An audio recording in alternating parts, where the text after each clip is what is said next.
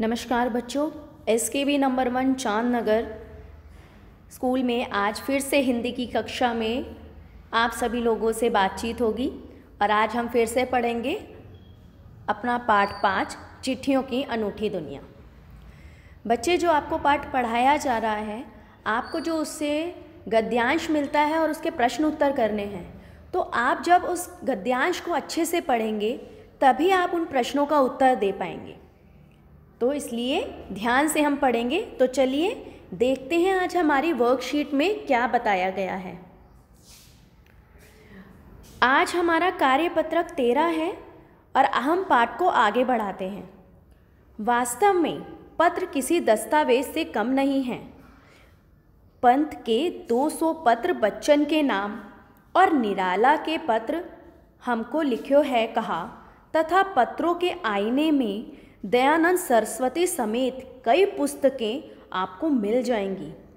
कहा जाता है कि प्रेमचंद खास तौर पर नए लेखकों को बहुत प्रेरक जवाब देते थे तथा पत्रों के जवाब में वे बहुत मुस्तैद रहते थे।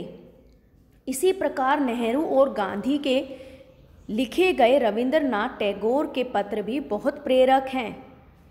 महात्मा और कवि के नाम से महात्मा गांधी और रविंद्रनाथ टैगोर के बीच सन 1915 से 1941 के बीच के पत्राचार का संग्रह प्रकाशित हुआ है, जिसमें बहुत से नए तथ्यों और उनकी मनोदशा का लेखा-जोखा मिलता है। पत्र व्यवहार की परंपरा भारत में बहुत पुरानी है, पर इसका असली विकास आज़ादी के बाद ही हुआ। तमाम सरकारी विभागों की तुलना में सबसे ज़्यादा गुडविल डाक विभाग की ही है। इसकी एक खास वजह यह भी है कि यह लोगों को जोड़ने का काम करता है। घर घर में इसकी पहुंच है। संचार के तमाम उन्नत साधनों के बाद भी चिट्ठी पत्रों की हैसियत बरकरार है।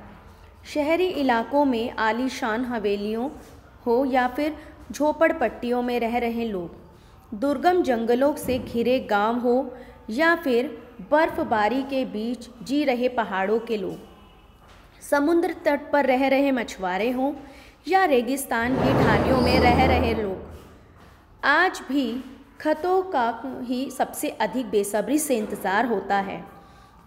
एक दो नहीं, करोड़ों लोग खेतों और अन्य सेवाओं के लिए रोज़ भारतीय डाक घरों के दरवाज़ों पर पहुंचते हैं और इसकी बहुआयामी भूमिका नज़र आ रही है। दूर देहात में लाखों गरीब घरों में चूल्हे मनी ऑर्डर अर्थव्यवस्था से ही चलते हैं। गांवों या गरीबों बस्तियों में चिट्ठियों या मनी ऑर्डर लेकर पहुंचने वाला डाकिया देवदूत के रूप में देखा जाता है। तो बेटा, हमने देखो यहाँ पे गद्यांश पढ़ा, इसमें मैं बहुत सारी बातें बताई। तो पहले हम एक बार ज़रा शब्दार्थ देखते हैं और फिर समझते हैं कि आज हमें कौन कौन सी महत्वपूर्ण बातें बताई गई हैं। दस्तावेज मतलब होता है प्रमाण पत्र। प्रेरक मतलब जो हमें प्रेरणा देता है। मुस्तैद मतलब तत्पर रहने वाला, मतलब जल्दी एकदम से जवाब दे। संग्रह मतलब जमा करना। प्रकाशित मतलब छापना। तथ्य मतलब सच, यथार्थ या सत्य। मनोदशा जो मन की दशा हो। लेखा जोखा, हिसाब किताब। गुडविल डाक विभाग, अनौपचारिक पत्र का विभाग जिसमें पत्र भेजे जाते हैं। उन्नत मतलब समृद्ध। आलीशान, शानदार। दुर्गम जहाँ पहुँचना कठिन हो। ढानियों जहाँ कच्चे मकानों की बस्तियाँ हों। बेसब्री, अधीरता जो वेट नहीं कर पाती। तो बेटा, यहाँ पे इस वर्कशीट में आज हमें बहुत सारी बातें बताई कि भाई 200 पत्र, पंत के पत्र बच्चन के नाम भी लिखे गए, है ना, निराला जी का भी है, दयानंद सरस्वती जी का भी इसमें नाम लिया गया और प्रेमचंद का भी दिया कि नए लेखकों को प्रेरणा देते थे, मतलब उनका जवाब एकदम मुस्तैदी से देते थे तो उनको प्रेरणा मिलती थी कि किस तरह से लेखन कला या पत्र कला को आगे बढ़ाना है। नेहरू जी और गांधी जी के पत्र, रविंद्रनाथ टैगोर के पत्र जो बताते थे कि उस समय में उनकी क्या मनोदशा, स्थितियाँ क्या चल रही थी, वे किस तरह की बातें आपस में करते थे, समाज में किस तरह की बातचीत थी।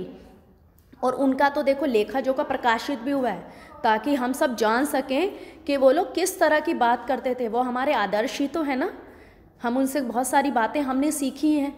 तो उनकी बातें, उनके विचार हमें उनके पत्रों से पता चलते थे। और आपने बताया, देखो गुडविल डाक विभाग जो बहुत ही अच्छी और महत्वपूर्ण भूमिका निभाता है दूसरों की तुलना में, क्योंकि संचार के जो साधन है वह चिट्ठी पत्र की हैसियत के बराबर है। जैसे मान लो इसमें दिया है आपको कि जहाँ पर चाहे वह बहुत बड़े आलीशान मकान हो, झोपड़पट्टी हो, जहाँ पर जाना कठिन हो, वह दुर्गम रास्ते हों, पहाड़ों के रास्ते हों, समुद्रों के रास्ते हों, पत्रों के द्वारा हम दूर दूर तक भी पहुँच सकते हैं। आपने आज भी देखा होगा हम राखियाँ भेजते हैं ना, रक्षाबंधन पे कितने लोग डाकघर पे जाके राखियाँ भेजते हैं। क्या राखी आप फ़ोन और SMS से भेज सकते हो? नहीं ना। इसीलिए पत्रों का अपना ही महत्व है। आप डाक विभाग से जब आप पत्र भेजते हैं, उसमें राखी भेजते हैं, तो उसका एक अलग ही महत्व होता है। ठीक है, समझ आया आपको? तो चलिए, और यहाँ पे एक और चीज़ है कि गांव या गरीब बस्तियों में जो चिट्ठी और मनी ऑर्डर लेकर आता था ना, उस डाकिये को तो लोग देवदूत तक समझ लेते थे, क्योंकि वह अपने प्रियजनों का, उनके प्रियजनों का शुभ संदेश लेकर आता था। तो चलिए देखते हैं प्रश्न क्या हमें दिए गए हैं। इस गद्यांश में पत्र पर आधारित किन किन पुस्तकों का जिक्र किया गया है? तो बेटा देखिए ऊपर हमें दिया है ना कि किस तरह से निराला के पत्र हमको लिखियो कहा, या पत्र के आईने में दयानंद सरस्वती, और पंत के 200 पत्र बच्चन के नाम। ये 3 तरह की हमें दिया है ना नाम, तो ये पुस्तकों के ही नाम हैं। चलिए नेक्स्ट क्वेश्चन, महात्मा और कवि नाम से किनके बीच पत्राचार संग्रह के रूप में प्रकाशित हुआ? यह पत्राचार कब प्रकाशित हुआ? तो देखिए क्या लिखा हुआ है, महात्मा और कवि के नाम से महात्मा गांधी रविंद्रनाथ टैगोर के बीच हुआ, और यह 1915 से 1941 तक के बीच पत्राचार संग्रह प्रकाशित हुआ। डाकिये को देवदूत के रूप में क्यों देखा जाता है?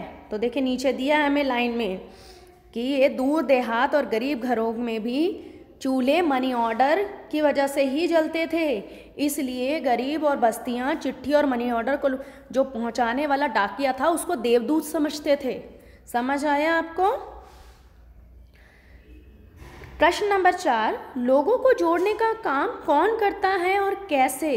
भाई लोगों का जोड़ने का काम पत्र करते हैं। कैसे? क्योंकि दुर्गम स्थानों पर, चाहे वह पहाड़ी इलाका हो, समुद्री इलाका हो, कोई भी इलाका हो, वहाँ पर पत्र पहुँच ही जाते हैं, जो अपने प्रियजनों से संबंध स्थापित करने का एक उत्तम साधन है।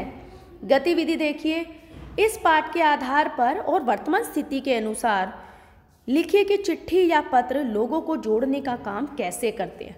तो भाई आपने पूरा पाठ पढ़ा है, तो अब आप खुद से बताएंगे कि किस तरह से चिट्ठी और पत्र लोगों को जोड़ने का काम करता है। समझ आया? ये गतिविधि है आपकी, इसमें आपकी लेखन कला देखी जाती है, उसको बढ़ावा दिया जाता है। तो आप ये खुद से लिखेंगे जो आपको पाठ में समझ आया वो। ठीक है बच्चों? और एक और बहुत ज़रूरी बात कि आपने कोविड के जो ये समय चल रहा है उसमें अपना और अपने परिवार के लोगों का ध्यान रखना है, इसलिए 2 गज या 6 फीट की दूरी रखें, मास्क हमेशा पहनें, हाथों को समय समय पर धोते रहें और लोगों से ज़्यादा पास आकर संपर्क में ना आए। ठीक है? और इन नियमों का पालन करें। देखिए, वॉश हैंड, कवर अ कफ और सोशल डिस्टेंसिंग का फॉलो करेंगे। स्टे एट होम, अगर ज़रूरत नहीं है तो घर पर रहें, बाहर ज़्यादा ना निकलें। अगर कफ और आपको कफ लग रहा है, नोज़ में कोल्ड लग रहा है, तो आप उसे कवर करें। अगर आपको छींक आती है तो आप उसे कवर करें, अपनी नोज़ को कवर करें, फिर छींकें, ताकि जर्म्स दूर तक ना फैलें। समझ आया? और हाइजीनिक रहें, सफाई का ध्यान रखें। चलिए बच्चे, घर पर रहें, पढ़ते रहें और स्वस्थ रहें।